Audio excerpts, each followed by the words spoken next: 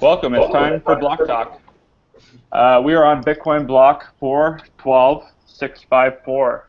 We're just over 7,500 blocks to the halving. Like, how amazing can that be?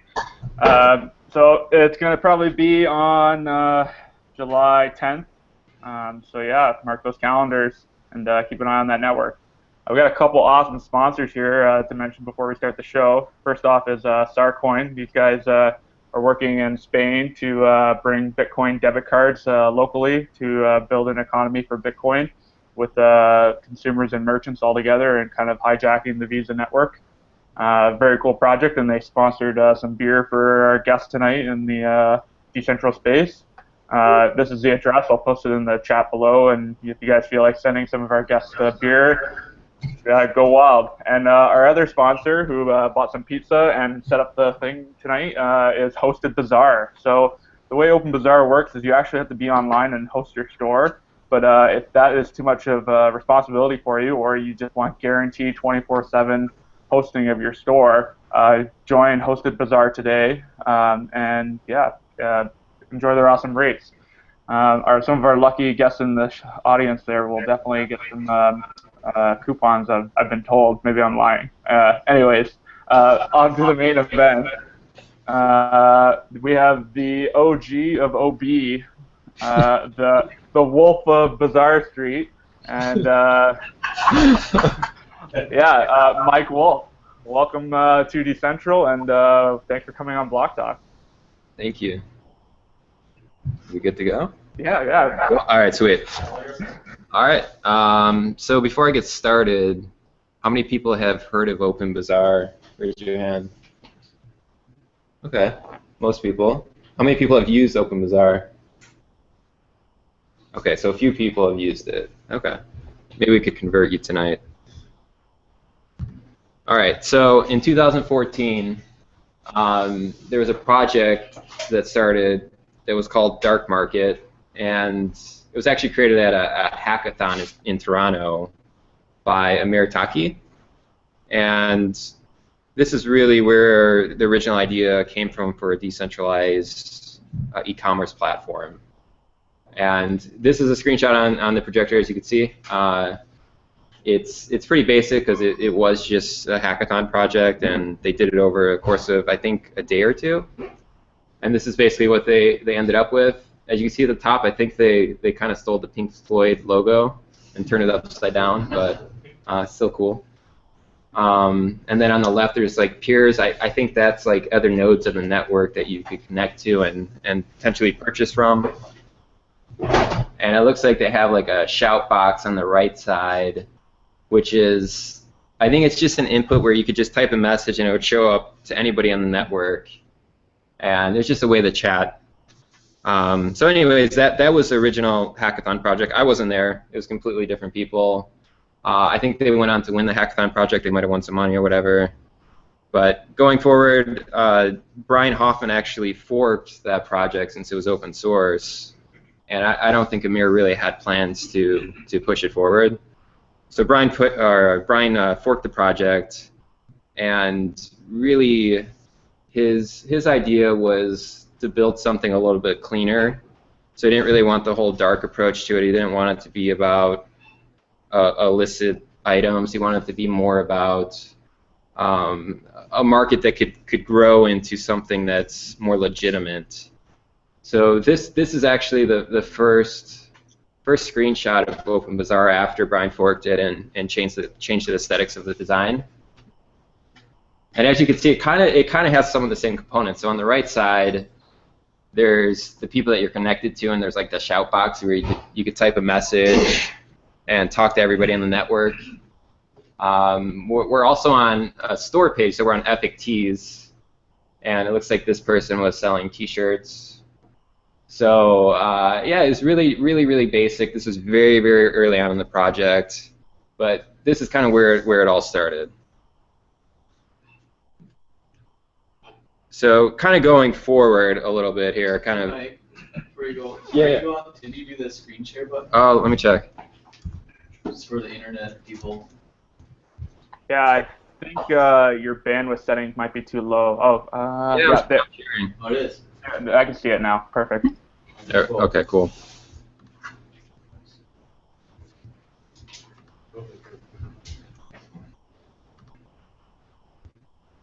Okay, so this is kind of jumping forward a little bit, but we kind of saw where it started from. Last year around May, OpenBazaar raised a little bit of money so the core developers could work on this full time. And we started a company called OB1, which is really the parent company of OpenBazaar. But OpenBazaar is completely open source. Anybody could work on it or fork it or whatever. It's just really a project that we're devoting our resources towards. And we raised money from Union Square Ventures, Andreessen Horowitz, and William. And that really shifted the team to not only make this a part-time project, but make it a full-time project so that we could really start to make this a project that has better branding, just better functionality behind the scenes, and just overall just work on it longer so that we could really bring this to the mass audience eventually. So here's really the core team. There's 6 people on the team. Brian Hoffman, he's the project lead. Brian is the type of guy that's doing like a million things at every second of the day, but he's doing a great job at everything.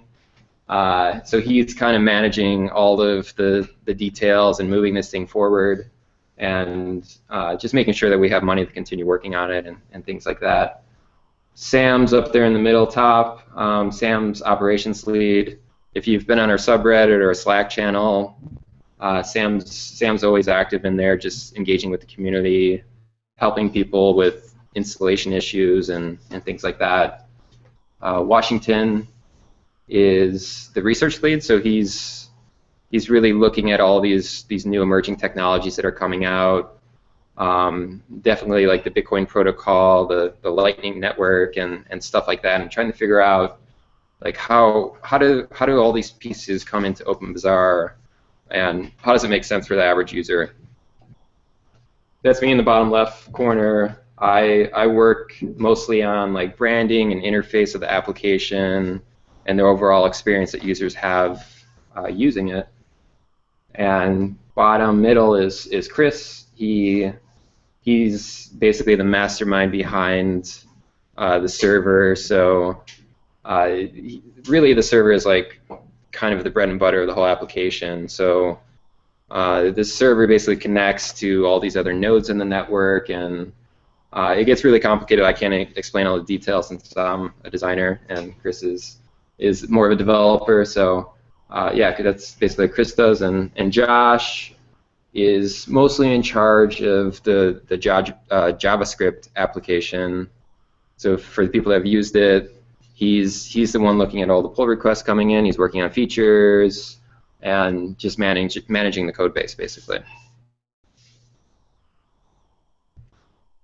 So what is actually OpenBazaar? A lot of people that install it might think that it's just a consumer application, that it's not really anything different than what they're used to, but there's actually a lot more going on behind the scenes. So as I was talking about with Chris, he's working on the Python server and the protocol, and there's also JavaScript application, which is like really the user interface part of it. I'll come back to the protocol a little bit more because I think there's some interesting points to hit on there. So what are the benefits of OpenBazaar? Number one, it's decentralized.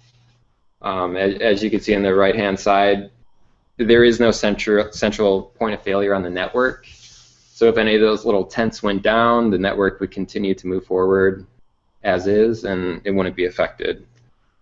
And because it's decentralized, there's no fees on the network, and there's no restrictions. And no restrictions is kind of a difficult one to explain. A lot of people think like, oh, I could just do whatever I want, and that's basically true. But I think there's some more points to hit on there. It's not just about what you list on the network. It's about where you live too. There's no regional restrictions. So if you live in a third world country and you have access to a computer, you could create a store. If you're just a kid, if you're 5 years old, you could create a store now. If you want to sell something that's multi-millions of dollars, you could do that on this network. Whereas like other networks like eBay and Shopify and stuff, they might have a lot more restrictions around price and age, especially if you need a credit card and whatnot. Obviously, somebody under 18 can't open that. And I put in parentheses here that, or I started that local laws do apply. So just because there's no restrictions built into the application doesn't mean you could just go do whatever you want. You're still going to be liable to what you're selling on the network. So how does it compare to like traditional platforms? So I was thinking more about like Shopify and Magento and the kind of traditional e-commerce platforms that exist out there that lots of small and medium-sized businesses use. And most of those have monthly fees just to use them. So I think Shopify starts at like $10 a month, but you don't really get a lot. You get like a couple of features. And if you really, really want to start selling on it, I think it's like $30 a month, which is kind of a hurdle to entry, right? Like a lot of people are just trying to get a store up and see if they could sell something. And if you have to pay $30 a month, like maybe that restricts a lot of people from getting into e-commerce in general. Mike, apparently the screen share isn't working with full screen PowerPoint. Oh, really? So, I don't know, a weird bug. That should be fine. Okay, cool. Yeah, we got that. We're good. Right. So there's also transaction fees, and this is kind of baked into credit cards and whatnot. Every time you transact with your credit card, you're paying Visa or MasterCard or whoever 2.9%, 2.5% plus 30 cents per transaction. So that really pulls away from the merchants. Like that's another 3% that they need to bake into the cost of the goods they're selling. Third point, you must have a bank account, which I kind of just hit on, and that kind of hits on the fourth point too, which anybody under 18 cannot really start a store online anymore, which leaves a lot of people out, right? Like there's a lot of kids that could be selling, drawings or art or whatever. They could be starting stores when they're 10 just to start on their the business side, or if they're born to be a business person, they can't really do it until they're 18, which is kind of unfair.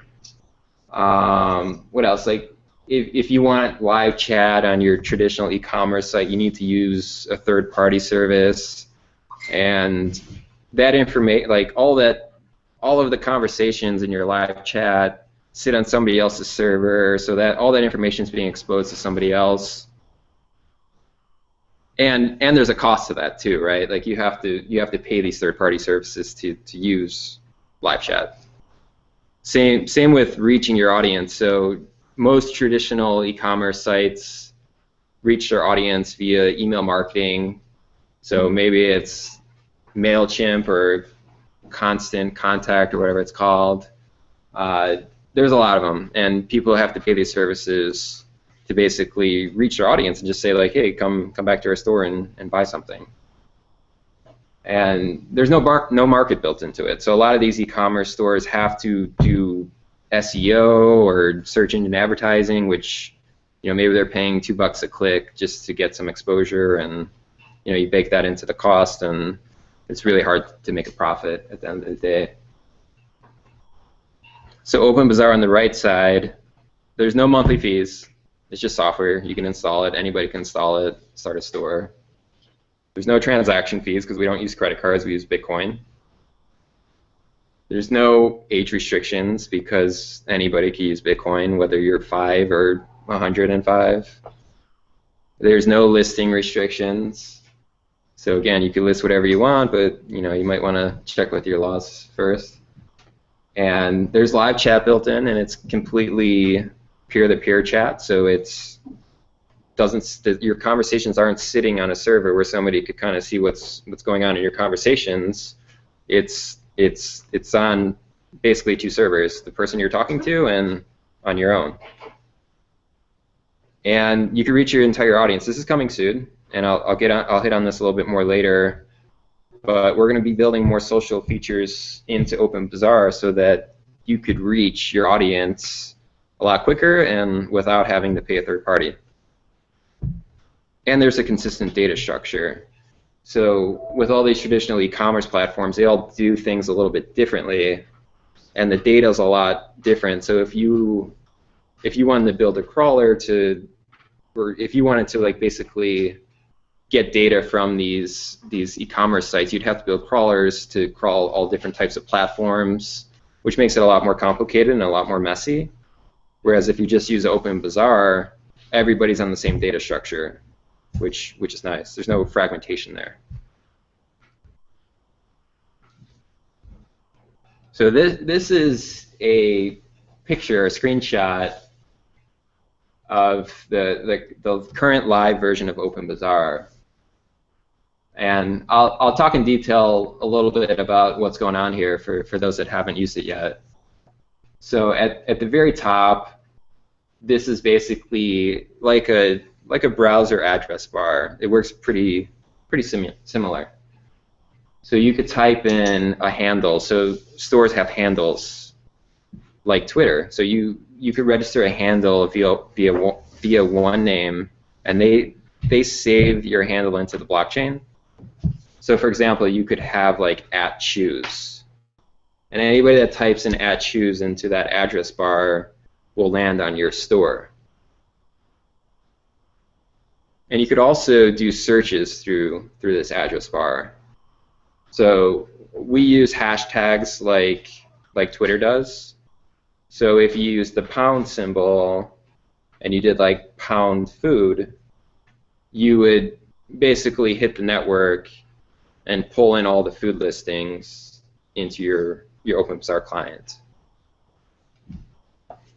So that's basically how the address bar works, and you'll see there's like a back button and a forward button and a refresh button, which is very similar to a web browser like Chrome or Firefox or something like that.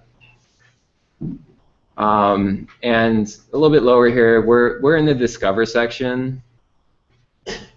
So the first tab is a Listings tab, and you'll see that it looks like these are some type of electronics. I'm not actually sure what those are. Does anybody know what those are? They look like vacuum tubes, like really ancient technology.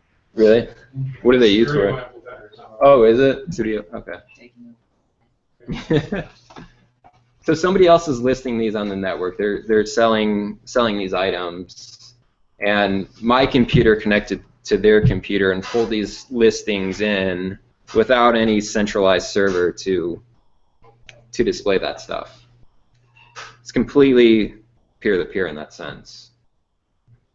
So this again is Discover mode, and this is just like a long. Imagine like Pinterest. Like you could just kind of scroll through and see all the stuff on the network.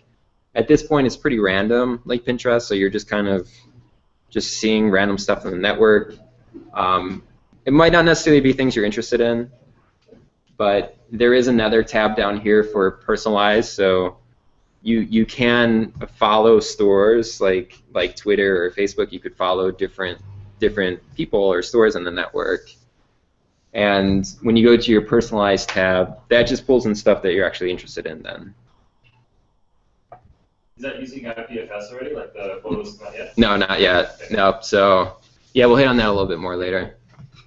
And then on the right side, like I said, live chat. So this whole right side is dedicated to chat. You could talk to anybody on the network. It's completely decentralized. It's peer-to-peer chat. It's also encrypted. So yeah, that's kind of like the core of this screen. And now we're looking at a page on the network. So a page is like a little bit hard to explain. So everybody that joins the network gets a page, whether you're a buyer or a seller or both.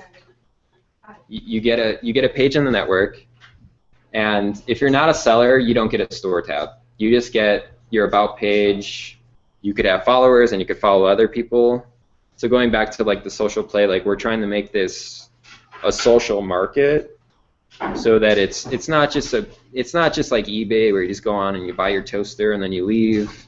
It's like this is more about people engaging with other people, and since it's peer-to-peer, it's like you might have questions. You want to really engage with people that are making homemade waffles or whatever. You want to really ask them questions, and that's why we made the decision to build like this live chat into the application, so it could be more of an engaging experience. So this is your store page. This is actually a default template on OpenBazaar. And I don't know if you guys could see this. It's pretty small, but I mentioned the handles before. And this store has the handle of @themes. So if you went into OpenBazaar and you typed in @themes, you would land on this page. And this top section is mostly for branding, so you could brand your store. We call it the cover photo. You could upload any type of photo you wish to. So if you're, again, selling waffles or something, you could put a giant picture of a waffle there to really kind of get people hungry or whatever. So yeah, that's completely customizable. So are the colors too. So you could pick the colors of the background. This top bar, you can pick that color, and this purple color, you can pick all the colors, right? And we make it really easy where you only have to pick a few colors, and it kind of does some magic in the background and makes your page look pretty good. And then you just, like I said, you could add your cover photo, and your store is basically ready in like a couple of minutes. So below here, you'll see a couple of products that the theme store is selling, and these are actually themes that you could buy for your store. Again, chat on the right side, address bar, and you can go back to Discover if you wanted to discover more items. So that's basically how the application looks right now. So current stats so far, we launched, I think, early April, which is about, let's say, a month and a half now. We've had, I think, just over 130,000 downloads in the last month and a half. It's already been downloaded in 185 countries. Does anybody know how many countries there are? It's like 190 or 206? 200. It's less than 200. Yeah, so we're getting close to like world domination at this point, then, right? But no, we're getting pretty close to all of the countries at least downloading this and checking it out. It's kind of hard to tell how many transactions have been made in the network since we don't really have stats on that since it's decentralized again. But we launched a store for OpenBazaar, and I believe that we've had about 300 orders just on our store, and we're selling pins and T-shirts and stickers, nothing that great, but we've already had, I think, about 300 transactions in the last month and a half. All over the world, like people are buying the stuff all over the world, and Sam is actually packing all these orders and shipping everywhere and filling out custom sheets to go to all different countries and stuff, so it's pretty cool. So roughly, I think there's thousands of transactions at this point, but again, like we don't know for sure. So that's basically where it's at now. Maybe it's a good place to stop for like a few minutes and see if there's any questions about where it currently is. Oh wait, there's pizza. I heard there's pizza. Before the pizza gets cold, do you want to? It's gonna get cold, so yeah. Yeah, maybe we should eat, take a break, eat, and then. Yeah. Come back. Yeah, do you want to do that? You guys, is everyone okay with that? Take a break to eat here? Yeah, we don't want the pizza to get cold. Yeah. Okay. All right. Yeah, let's kick off the questions. Sorry, I didn't hear the full question. Are you like contributing to your system, or do you have some sort of central server that you get like someone to control? Yeah, no, it's completely peer-to-peer. There's no central server, so. So you do have server client software, but it's between here. Yeah, exactly. Yeah, you host the database on your machine, and so does everybody else. So you're basically passing data between every peer. What do you use to pass messages? So Chris, I don't know if you use an open source DHT, but there's basically a distributed hash table in between all of the databases. And I'm not the most technical person with DHTs and stuff, but Basically, yeah. There's DHT that is the kind of the layer between everybody. Yeah. There's a question. So you briefly mentioned that everyone has a profile, but if you're a seller, you have a store Right. as well. As a buyer, let's say I have a wish list. I'm not going to. There's some stuff that I do not certainly put in that wish list because it's something about a specific artist or something that is selling something very specific. But let's say detergent, right? And I have it on a wish list or a book. Is there such a thing? Are you guys thinking about a wish list from the buyer side? Yeah, no, that's a really good question.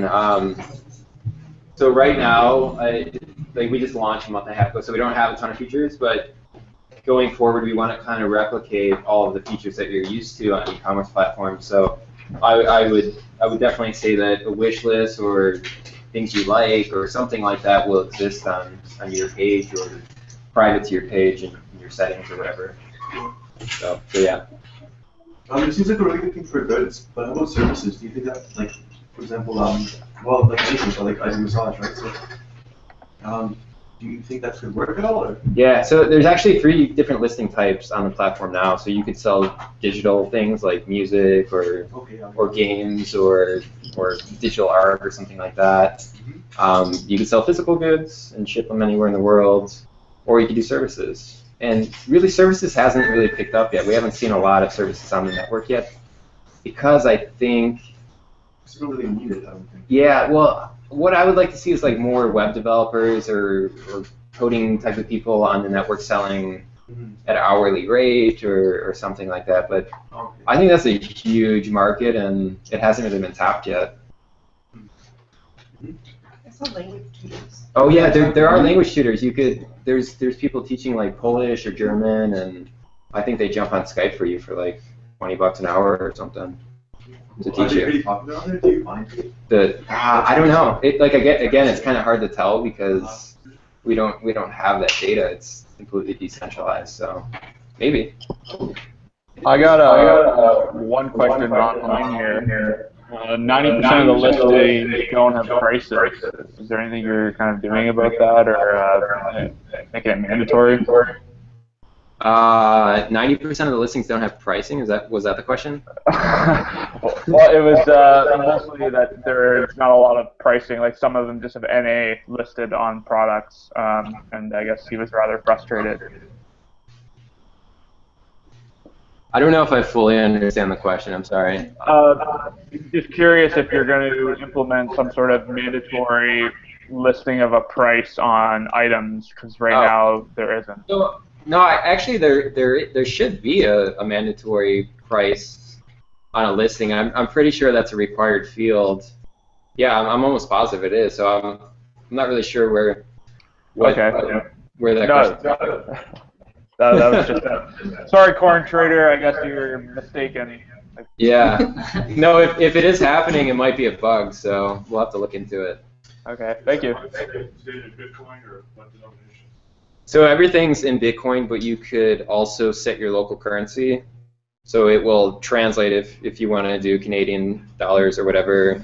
You will see the Bitcoin price and then the Canadian price right next to it. So yeah. Which one fluctuates? The non-Bitcoin price, the fiat price. So if you buy something, how do you know you're going to get it? Is there an escrow service or something? That's a really good question. So there's 2 payment types on the network. If you fully trust the person that you're transacting with, you could send Bitcoin directly to them. But if you do not trust them, you could use a moderated transaction, and that basically use multi-sig in Bitcoin. So basically, there's going to be 3 parties involved in that transaction. If there's some type of dispute that comes out of that transaction, meaning like the seller disappears, then the buyer can basically ping the moderator that's involved in that transaction and say, hey, the seller disappeared, didn't send me my stuff, and the moderator could look at all the information on that transaction And if he doesn't hear from the seller as well, then he could take the funds and refund it back to the buyer. Could you have a game as a service where products that you sell are actually in-game purchases with this system? I think so. I would think so, because at the end of the day, it is a protocol layer, so you could basically sell anything on it. So you could integrate this protocol into apps or games or anything like that. Okay, good. So Yeah. store as a game. Yeah. Yeah. Is there a review system for the sellers? Yeah, there's a reputation system. It gets really complicated to explain, and Washington could explain it a lot better than I could. But I think currently the reputation stores on the seller's node, and as a buyer you could see all the reputation on prior purchases. So like eBay or Amazon, you can see the reviews and try to figure out if he or she is a valid seller. Yes. You said Visa gets like a 2.9% cut. What about you guys? Do you have a smaller cut? Or We don't have any cut. So how do you guys make your money? That's a really good question. Bought by Google. What's that? Bought by Google. Yeah, right. Very profit. Yeah. Yeah, we don't make money right now, so that's the short answer. But going forward, we want to help people with discovery. So right now, I was telling somebody else about this. If there's many nodes in the network and you search for shoes, for example, you kind of have to ping all of those nodes to pull back all of those listings and browse through them. So there's an area for services to pop up to help with the search process and also the discovery process. So I think OB1 is probably going to help with discovering the network. We don't know exactly what we're going to do yet, but basically there's just a need. If this network really grows into millions and millions of users, you're not realistically going to be able to connect to every single person on the network. So you're going to need some type of service to help you find things. And I think that's where we will try to help out. If you put in like hashtag shoes, what determines what is top of the list? Like how are you doing the Google thing where you decide like what is important and what is spam? Yeah, so it's not really us. It's built into the network. So first of all, the nodes that you're connected to, if it would go and ping those nodes and see if they have any listings that match that hashtag. So it's kind of random at this point, actually. It's based on who you're connected to. Yeah, exactly. Yep. So again, you might not reach everybody in the network when you perform that search, which is a problem. Yes. Right now, in the open source that you built this thing upon, does any one particular node allow itself to be probed? In other words, to advertise any of its services, so to speak, so that somebody can run a third-party spider and go checking around a bunch of nodes, and if one of them said, hey, I'm open for business, I can tell you something about myself. Another node says, no, I don't want you to know anything about me. Is there anything like that at work? Yeah. So it's more. It's kind of like the internet, right? Like where Google could crawl any website or any search engine could kind of build crawlers to crawl the network. There's already been services that have built crawlers to crawl the Open Bazaar network, and currently there's no way to opt out of that. So if you have a listing on the network, these crawlers are picking up your listings, and there's actually search engines that have been built already. One of them is called Bazaar Bay, and the other one's called Duo Search, and they're crawling the network. I think Duo Search has 7 nodes constantly crawling a network every couple minutes or something like that. So I think in the future we want to integrate private listings. So if you have content that you just want to share amongst friends or whoever, you'll be able to flag those as private, and they won't be picked up by crawlers. But your open source part that I get confused about is your business model. It's very intriguing. But as a developer, I'm interested. This thing majorly turns me on that you're talking about, because peer-to-peer has turned me on for 20 years, and I thought something like this was going to come eventually. And it looks like it's probably about here, particularly if it's open source and if it can be extended. But here it's sort of like a Bitcoin world. If I extend the Open Bazaar, whatever it's called, this code base, who's going to use it on there? thing, how are you gonna profit from it? I guess you profit from it, you know, once you could build with Okay, protocol in the future. so 2 questions. So Yeah, sort of. the first answer is, so you could build third-party services on your own that aren't a part of OpenBazaar, right? If you wanted to build some type of tool, maybe a search engine, maybe some type of discovery product to help you find listings on the network or whatever, you could build that and you could profit off that on your own, just like companies do on the internet that we know. So like Google and stuff profit off that type of stuff. So you could do that, or if you wanted to build something into OpenBazaar, the open source project, you could, you know, write that code and submit a pull request to the main project, and we would review it, and you know, if the code's good and we like the feature, we would accept it. Or you could fork the project. If you don't like what we're doing or what we're accepting, you can completely fork it and go your own path. It might be cool to try to see if I can get something in front of your core developers. Accepted it. Yeah. Another question, if you don't mind me asking one more. Mm-hmm. Trying this here. My thread. In the case of the Bitcoin, so I have a Bitcoin full node running at home, 24/7, and love it. Just the whole idea. I think some of I'm losing money on this thing because I'm paying for electricity. I don't care. Probably. I don't care. But is this thing sort of like it's maintaining its own blockchain in a way? Because it's peer-to-peer? No. What is the velocity of any of the transactions? You're building that on top of this. It's all built on top of Bitcoin. So yeah, all the transactions are on the blockchain essentially. We didn't build our own blockchain.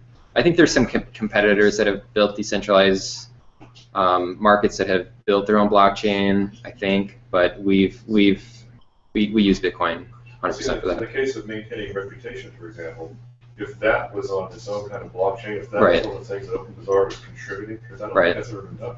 Right. And that's what we're looking at. Like we're still looking at the reputation system to see if there's other ways we could do it, because I think it stores on the seller's node right now, and that could potentially get a little bit messy. So You're using one name for the resolving the users and the sellers. for the handles, just for the handles. Yeah. If you don't have a handle, you have like a random, we call it GUID. Right. So everybody has a GUID underneath the handle. Right. So if if you don't want to register one, you could always access it through the GUID. How is it detecting Bitcoin transactions? Is it SPV node, or is it just hitting up like some API somewhere? Are you running a server to? I believe it hits the Bitcoin server, but I don't know a ton about it. But yeah, I think it's all happening through the Bitcoin. Ethereum? Well, Is it maximalist? so is the question like other cryptos in general, like? Well, mainly just Ethereum, I guess. Yeah, So I think the answer right now, and we get this question all the time, like, can you accept this one or this one or this one? And it's a complicated thing. I think from like a UX point of view, trying to integrate all these different cryptocurrencies and like this seller accepts this one accepts this one, gets a little bit messy, especially in the beginning when there's not a ton of listings on the network. So I think the answer right now is like probably not yet, but in the future, you know, we're definitely gonna look at it a little bit closer. So there's a space for us to port and accept Ethereum. Yeah, no, totally. You could fork the whole project and build it on there. Do you guys integration? Just accept everything? Actually, somebody asked that. I think the answer for that one was like if somebody builds or writes the code for it. I think Brian said that we would accept it. So what happens if like I'm a store seller and I want to not store like separate units of objects or items. I want to sell them in different format.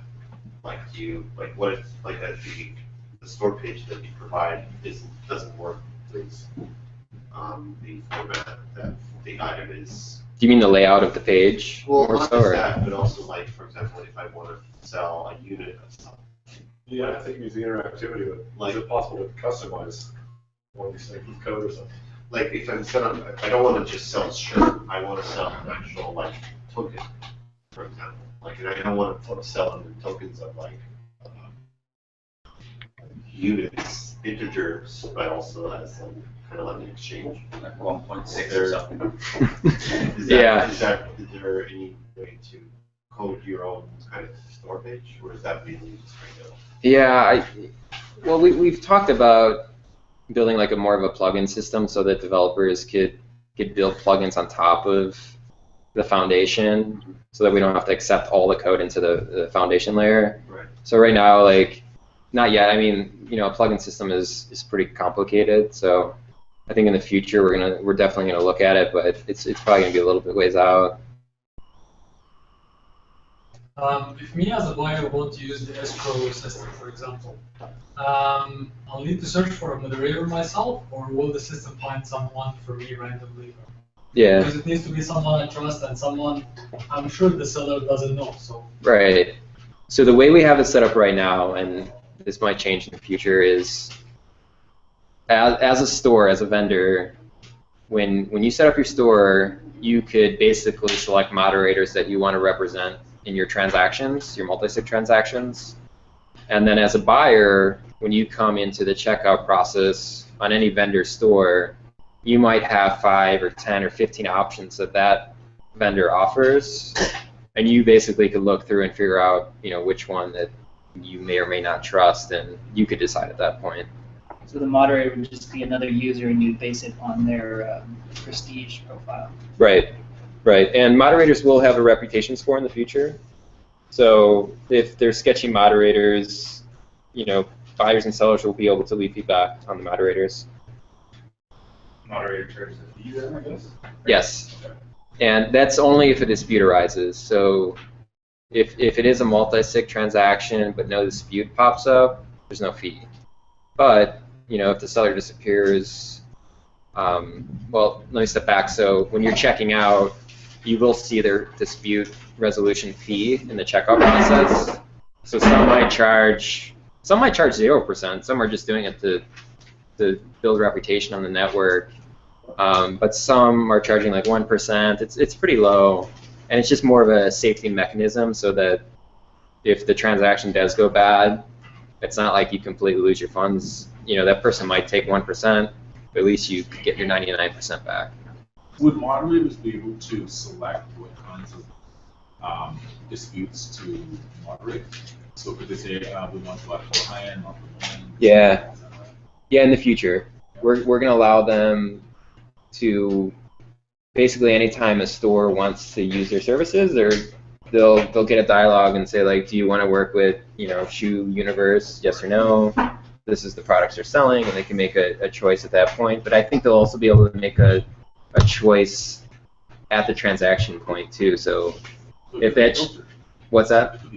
Yeah. So if Shoe Universe ends up selling drugs for some reason, and that transaction comes through, they can be like, oh, you know, I can't be involved with this, and they can just eventually back out of that. Not right now, but in the future. Do you have moderators set up already? Yes. Yeah. How did you pick who was going to be moderators to start with? Anybody could become a moderator. So yeah, within the application, all you have to do is there's in the user navigation, you just go to become a moderator, and you set your fee. I think you put in a little description. You're a moderator at that point. Very easy to start. You have an internet question, I believe. Yes. Okay. So CoinTrader actually got his question answered on Twitter by tagging OpenBazaar. I guess there's a problem on his end. Python or OpenSSL was out of date. But the other question I had was, we interviewed one of your competitors, Syscoin, and they are actually developing plugins for Etsy and eBay to actually kind of, I guess, lure stores away or even actually have them linked together. Are you guys actually working on that? Or are you like actively trying to steal users from other competing services? Yeah, that's a really good question. I believe Brian wrote a script a few weeks ago, an importer script for Etsy. So all you have to do is point to your Etsy store, and I believe it just pulls in all your listings.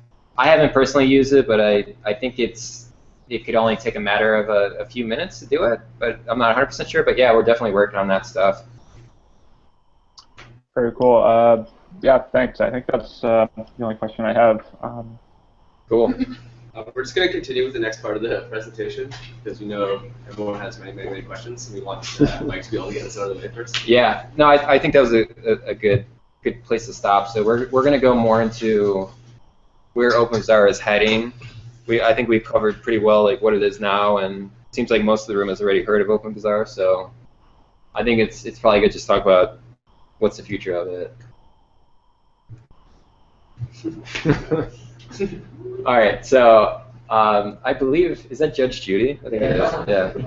So Judge Judy is. So Judge Judy is opening OpenBazaar on her computer right now, and she's having some issues because right when she closed her lid, her store went offline, and she's struggling because she's not making sales, right? So Chris, our backend lead, is working on IPFS, which is intended to build redundancy on the network. So if you start a store, your listings will start to be distributed across the network, right? So it's not just on your computer; it could be on 100 computers. Anybody that visits one of your listings, they will become a node that's serving that product to other people. So Judge Judy could close her laptop, and she might still start to make sales because people can still access her node, or her listings, I should say. So Chris is working on this. I don't know exactly when it's going to be finished. I think he's saying sometime this year, but if we hit issues with it, and who knows what it's going to take. I don't think there's any promises at this point, but this is really one of the biggest issues on the network right now. So that's very important that we. For those who don't know, what is IPFS? So. Interplanetary file system. Yes. Thank you. I was going to be like, can somebody Google it because I can't remember the words. But no, basically it works like BitTorrent, where it starts to shard files to different people.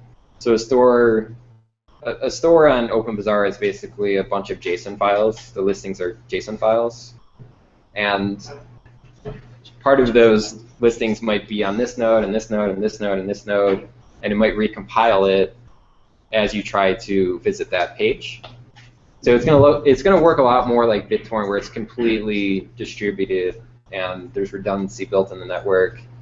Imagine for everybody that's used BitTorrent at some point, you've probably landed on a file that has like one seeder or like a couple of seeders, and it's slow. Like it might download really slow, or it might just completely pause. So this hopefully could help those problems, but again, we're going to have to see how it works out. IPFS is still pretty early. I don't think they've hit a 1.0 yet, so we don't know fully what kind of bugs or whatnot's going to come from that. So where are the photographs per shot? Where are those being served from? Those are still getting like seeded in different peers in the network as well, though, right? No, it's just on your node. So if you. So it's like one seed. Yep, exactly. So you got some high-res pictures for your shop. Yep. Okay. Yep. So yeah, huge problem. So it's an obvious need for it. Yeah. And right now there's VPNs and stuff where you could host your store to help with those problems. So, and I think in the future people still might want to host on more sophisticated servers. Sorry, that's very fun for you guys, right? Yeah, exactly. Yeah, exactly. Yeah. But then, is it still just one seed per store kind of concept when you're moving into a hosted model? Yeah, it would be. Yeah, but it's always online. But it's always online. Yeah, exactly. So if Judge Judy closed her laptop, but she's on HostedBazaar, like that store's still up. Anybody can access it at that point. Yeah. So how do you feel about IPFS integration? I think people still want to keep their nodes. I mean, I'll lose some business, but I mean, it's just a CDN for him. It's going to save him bandwidth. Yeah, well, there's still a difference between you can serve the product pages, but actually doing a transaction. It's not IPFS isn't going to process transactions. Like, you're still going to need an actual. Actually, I think we're trying to figure out if we could do that through IPFS. So you could do offline transactions actually if the source node is offline. Okay. But however, there are people that are hosting 20, 30 stores that might not want to do it on their computer, and they might want to use Sure, yeah, some type of service system for sure. Yeah, for that. But so you'd have like the public key, the public key for the wallets for the seller would be included in the IPFS data, for example. Is that how you picture that working? I don't know for sure. Yeah. Yeah, that's cool. Yeah. Huh. Yeah. So that's a huge feature. That's really going to solve a lot of the issues that people are having, hopefully. Especially Judge Judy. All right, so this is kind of a sneak preview of what's coming. So this is a slight redesign. It still has a lot of the same components that you're used to. So oh wait, I'm not supposed to be full screen, right? No, it's all good now. Oh, we're good? Okay, cool. So the top bar, again, you'll see like it's an address bar. You can still search from there. There's handles in there. Same thing, same concept. But looking at the old design, everyone in the room, you can see it on that computer over there. It's a little contained. It's just not using a lot of space. So when I was thinking about a redesign, I wanted to really kind of expand it, just to make the branding really kind of pop on these pages. So that's actually a photo I took with my girlfriend. We just moved to Seattle a month ago or something, and I think we were on Fox Island. And we just shot a photo, and I made a theme out of it, so it's pretty cool. And same thing, chats on the right side, same listing structure. We basically wanted to look more like a Shopify store. We wanted to make it look like a real e-commerce store that people are used to. So I think the design needs to continue to mature as the platform matures too, and the infrastructure matures. So here's another kind of design for it. I really want to call it the top navigation, so everybody can see there's home, store, reputation, following, followers. Again, like everybody on the network has their own page. In the future, I think there's a lot of ways we can expand the page. So right now, this kind of looks like a web page, right? Like it doesn't look that much different. Probably the only like real difference is that this was like a lot easier to set up, and you could just kind of go through some nice dialogues to build this, versus like a website's a little bit more complicated unless you use Squarespace or something. But just HTML, CSS, or using JavaScript framework as well? For the front end client, it's an Electron app. Okay. Oh yeah. Yeah, so it's JavaScript, HTML, CSS. Yeah. But where I'm going with this is, in the future, we might build things that, or maybe somebody in the community, maybe someone in this room might build like a blog feature, right, where somebody could optionally add a blog to their page. And maybe they don't even want to have a story. Maybe they just want to have a blog and a followers count and a feed and stuff like that. And maybe they want to charge for their blog posts. Maybe to read that, you have to pay 30 cents or something to read their content. So I think when people think e-commerce and marketing or generally e-commerce, it's kind of like people are selling physical goods to each other or digital content. But I think this could evolve into a platform where you're basically maybe selling content, maybe selling music. Maybe there's a music page that has all the music you're selling, or maybe there's a video page that has all the custom videos you're shooting or documentaries you're shooting, and you could go to those tabs, and not every page on the network might have those tabs, but maybe you could just go stream that video and pay 30 cents. Porn's around the corner. Yeah, I mean, I think there might be some on there already. I don't know for sure, but you can look for it. What you want to share something you found.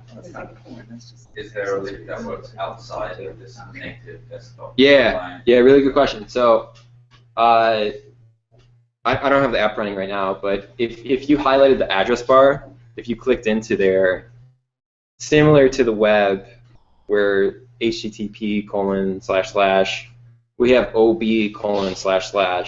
So you could take that URL, paste it on Twitter, paste it in Slack, paste it on Facebook, whatever, and people could take that link and open OpenBazaar, paste it in there. As long as they have the program down. Yeah. Hold on to questions real quick. Let me just kind of finish running through and then we could hit them later. So yeah, I think the page concept is intentionally left a little bit open-ended where we could continue to expand on it. And all you have to do is really add another tab at that top. And maybe you do have a blog. Maybe you do have a music tab or a video tab. It's kind of up to the community too. Like if you guys want to start to build these things, I think we're open to accepting them. So we could collectively together build something very special here and really start to replace these existing infrastructures. So here's another design, and these are intended to be default themes. So when you join the network, you'll be able to select from like 6 different templates, and you'll basically get these for free. You just click one of them, and you got a nice looking page. It took you 20 seconds to do it. Okay, so again, I think I mentioned this earlier around the social market. And I think those 2 words are really important because it's not just traditional e-commerce, it's not just a social network, but it's the 2 things merging together. And we already have a couple of those features integrated. So if you look at, I highlighted in those red boxes, there's that message button. Like I talked about earlier, you got chat features built into it. So you could chat with anybody on the network. You have a follow button built into it, so you can follow anybody in the network, and you can stay up to date with their listings. But the thing we really want to start to think about too is kind of like a Twitter feed. We want people to be able to broadcast messages to their followers. So if you have 5,000 followers and you're selling shoes, and you come out with a new shoe, all you have to do is say, hey guys, like, look at this new shoe I made, and post a picture of it, and you could potentially drive people to buy that immediately. You might get 100 orders in 10 minutes. And if you think about traditional platforms, they have to use many, many tools to do that, right? Like they have to have an e-commerce website set up where all of their products are. I think Instagram's actually a really good example because a lot of people that are selling on Instagram have their own separate stores, and then they use Instagram to get people kind of interested in what they're selling. They'll take a picture, a video, something, and then they need to send them to a website to go buy that thing. And there's a lot of people that get lost in that kind of transition. So I think OpenBazaar could be the platform where everything's in one, where you don't need to be using 3 different tools. It's like you use this one thing, you're engaging with the people that are interested in what you're doing, and they could buy it right away as well, and there's no fees. So this is a big feature. We haven't fully figured out how to build infrastructure around consuming a feed from many, many nodes. Because if you're following 10,000 nodes, having to hit all 10,000 nodes and pull that in and make a feed that makes sense out of that is a little complicated. So we're still trying to figure out how do we build that general feed. We could build it easily on the user's page where they could post messages, but obviously the best UX here is like Facebook or Twitter, where you could go into one page and see what everybody's talking about in one single feed. So we're working on it. We're trying to figure it out. Hopefully get something figured out this year, and I think that's going to be a really, really important feature.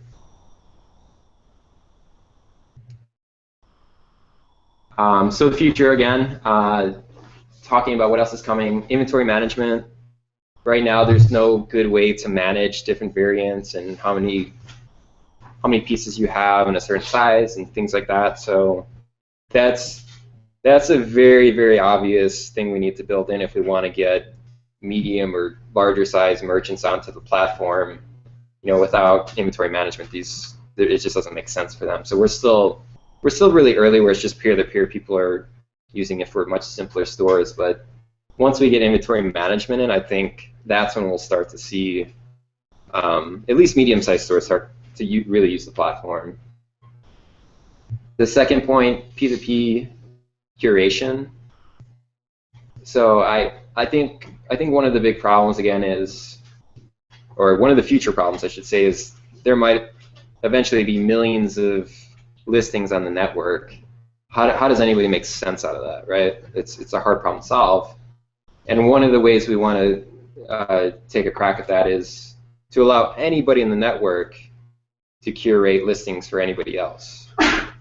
So again, going into talking about handles, you might register at coffee, and you might not actually sell any coffee on your page, but you might just be hunting for the best coffee products across all millions of the listings, and you have some type of curation page where people could come and see the coffee products that you're basically recommending to the rest of the network. So curation is going to be really key. I really recommend people to really think about where they could build services around that to help people discover very niche types of things. And then number 3 is mobile app. So I think this one's a given. Like, the desktop application is great and everything, but if we really want to see this thing start to pick up, like, people need to be able to do it from their phone. And that comes with some challenges, because running a Python server on a phone is just really not possible. So we need to figure out, and we think IPFS might actually be the solution for this. If mobile devices could be a softer client, meaning their content is getting distributed across the network through IPFS, and they're not running a server, but their content's still getting distributed, we think it might work. But again, like, this is something we need to think about a little bit longer and see how it works out. It wouldn't have to be Python. You have Python coded in server. I mean, why couldn't it be? Why doesn't it be C? I think the problem is bandwidth. So if people are constantly hitting your phone, you have a popular store, it's going to basically drain your bandwidth and possibly your battery. So you need some sort of a proxy set, maybe. You're running your home computer. Yeah. Some of that stuff you need help. And by the way, a lot of times people do not design packets, they don't make them that efficient. Right. They start sending ASCII instead of flies and stuff. Yeah, I think what we want to try to solve, though, is, like, how can we make this so easy for just the average person that doesn't want to have a node set up on their computer. They just want to install the app and start selling, right? Yeah. Yep. Yep. Number 4, easier digital downloads. So right now, if you sell a song or something like that, you need to manually send it to them. It sucks. It's really slow. We want to be able to automate that process. So if you're selling music, right when somebody hits download and the payment goes through the blockchain, they get that song just automatically, no manual process. Number 5, the referral program. This one I'm really excited about, because I think this is what's really going to help the network start to really blossom once we get a good referral program in. If you run a store and you don't really want to spend money on marketing, you could, going to the second point, maybe work with curators on the network and say, like, hey, I'll give you 1% of any transaction you forward to me. Just list my products on your page, on your curation page, and help drive traffic to my store. So you're not paying up front like on AdWords or something like that. You're essentially paying if somebody buys, if they help you get a purchaser. So I think that one's really, really, really interesting. I think it could really help the network blossom. Sorry. Oh, one more point. Let me just close this out. So discounts, coupon codes. I think that one's pretty clear. In conjunction with the feed, if you want to offer some type of discount, you need some way to broadcast that discount code to people. So yeah, I think that could be really helpful. So what can be built on top of OpenBazaar? I purposely kind of went really extreme on this slide. On the top left, Bazaar Bay. This already exists, so we have search engines built. Or we didn't build them, somebody else did. And it's just a centralized service that has all the listings on the network, and you could go type in a listing and you get results right away, similar to like Google or something like that. Same with Dual Search. Dual Search works a little bit different, where they only crawl listings they only index listings that are online at the moment. So anything you see in Duo Search and you click on will be accessible in OpenBazaar immediately. I put a little chat bubble over there. Going back to like the protocol and like just talking about the OpenBazaar protocol in general, like we have chat built into the protocol. So I think in the future people could build chat applications that are purely chat that have money integrated into it, but don't really have the e-commerce part of it. It's just you're chatting with people in a distributed manner, and you could send funds via Bitcoin, and that's it. So people could build chat apps. You don't have to use all the components in the protocol. You could use very specific ones.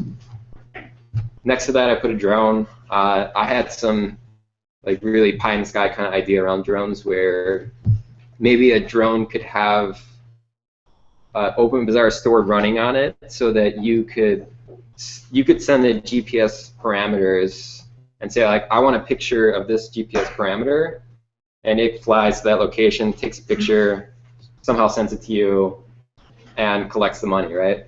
It's possible. I put some Nexus phones down there, obviously mobile apps. I think we'll build our own OpenBazaar app. I think people will integrate OpenBazaar protocol into, like the question earlier, into games and other types of applications. And I put a virtual reality headset. The cool thing is if somebody builds an OpenBazaar virtual reality app, maybe it'll be us, maybe it'll be somebody in this room. The thing is, like, all of those listings that exist on your computer or your phone and all those stores will then make it into virtual reality. So maybe you could buy directly through there. And I think that's the beauty of the OpenBazaar protocol, is that you think about existing e-commerce sites, it's really hard to transfer to different platforms. Some have APIs built in that make it easy, but some don't. But in this sense, I think OpenBazaar is just going to start to be everywhere in the future.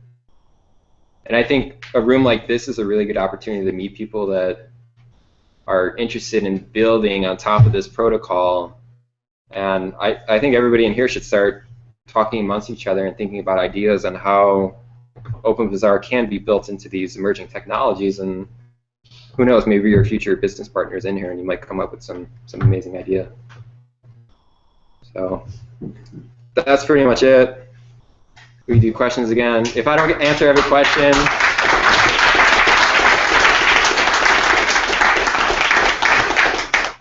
yes. So in terms of DNS, right?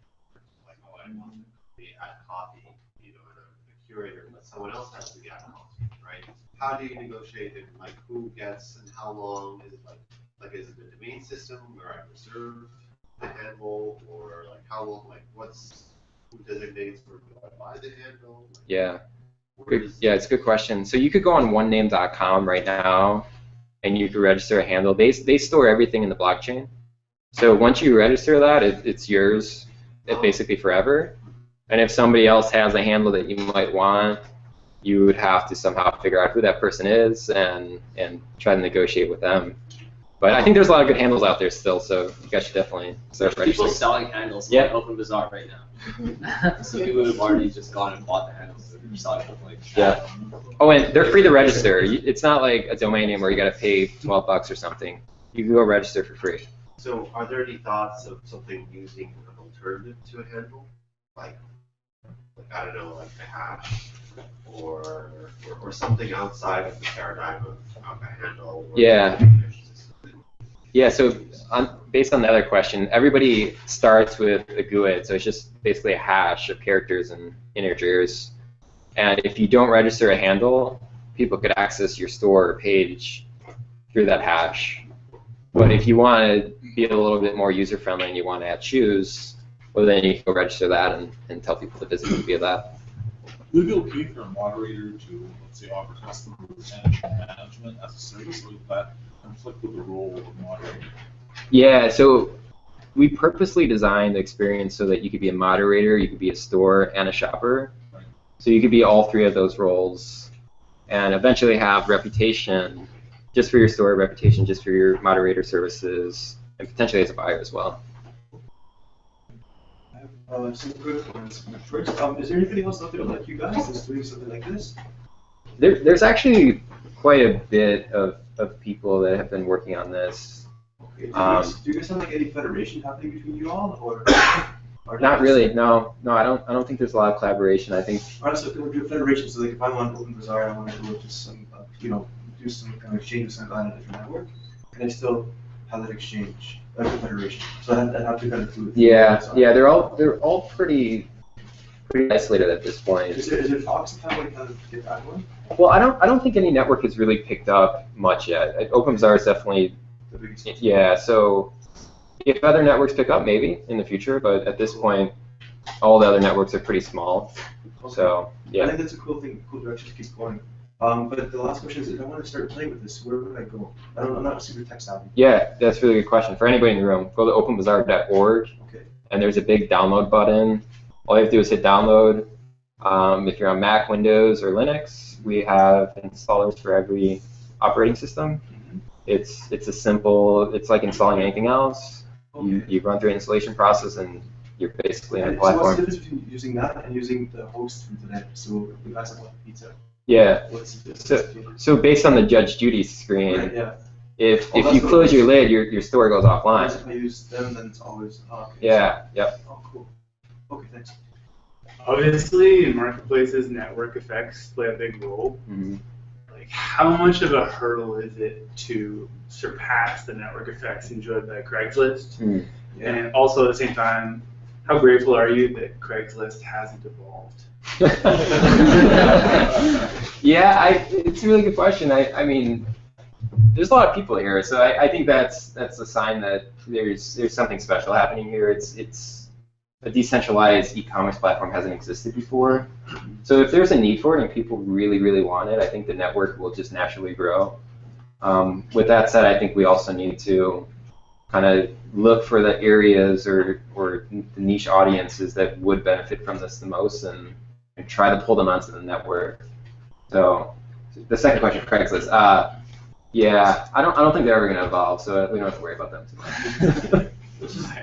Yes. That's a good point actually with Craigslist, and like so we've been on PadMapper, right? It's a good place to find houses.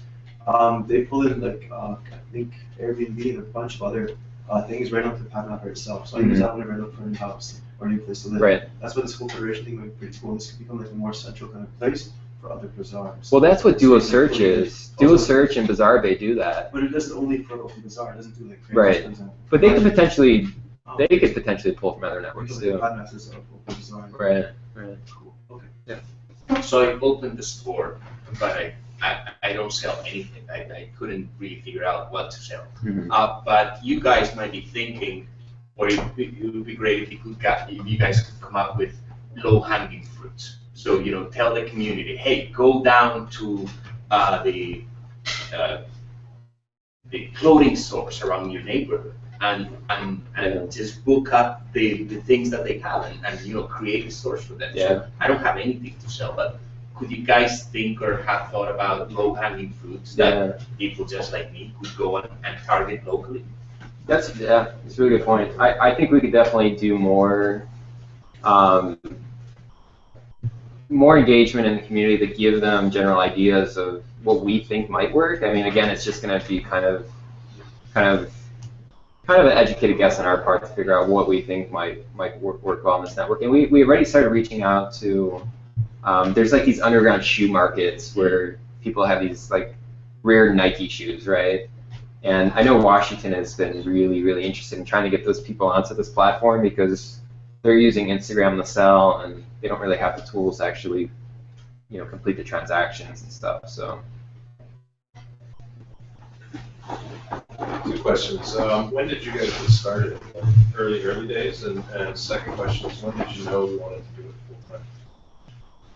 Yeah. Specific point for it?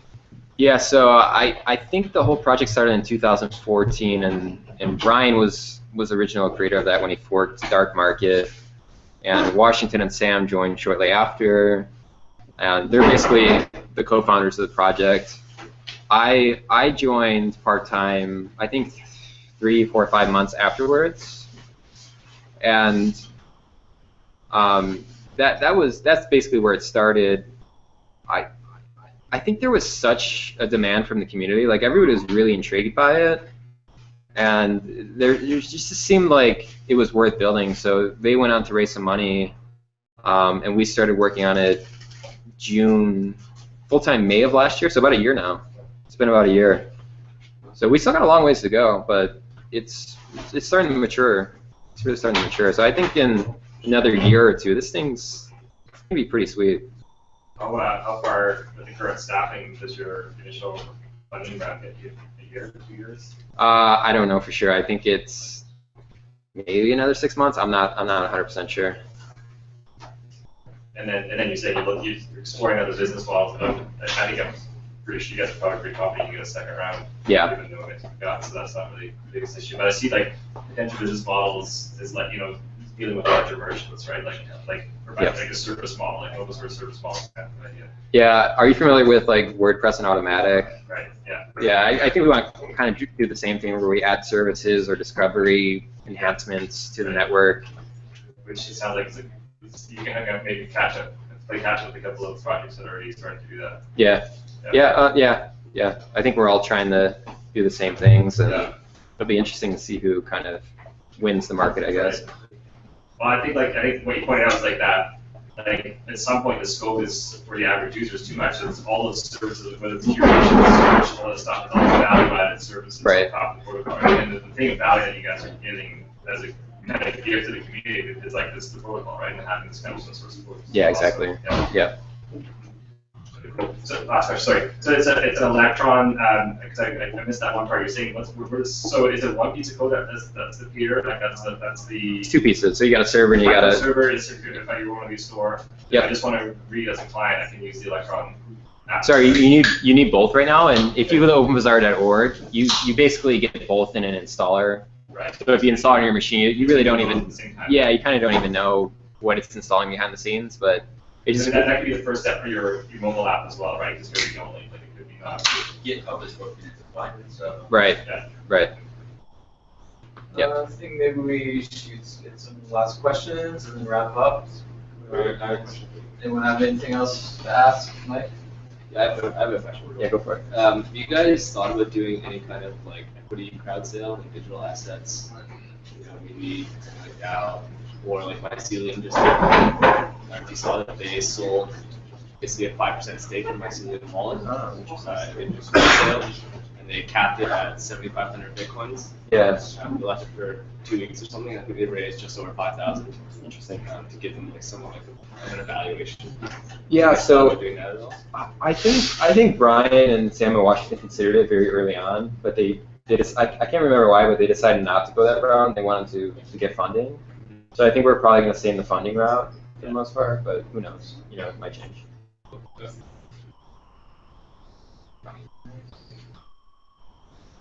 There's something about really good to make a dot, not a buy.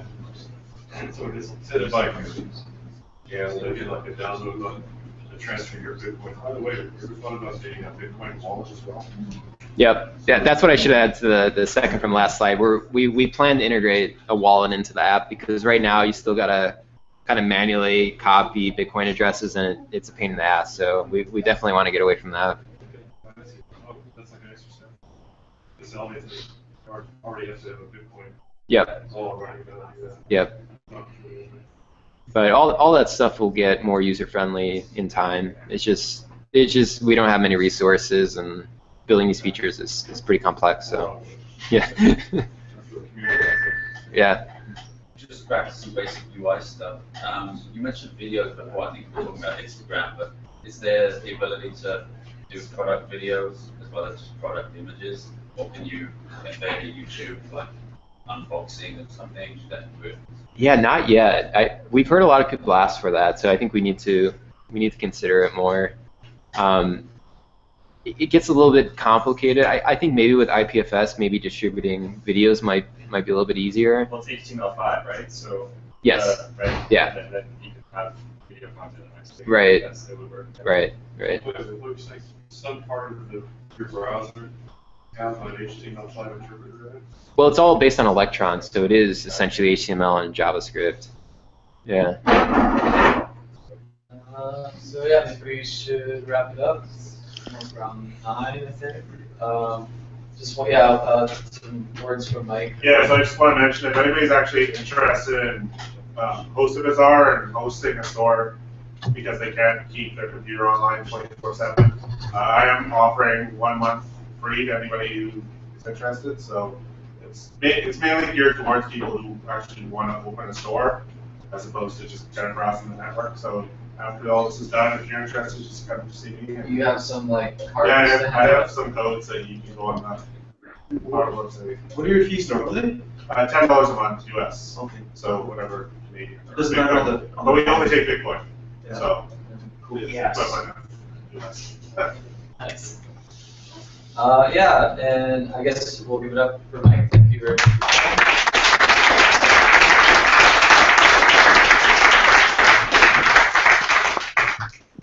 Thanks so much, guys. This was a phenomenal stream, and everyone who came out to Decentral.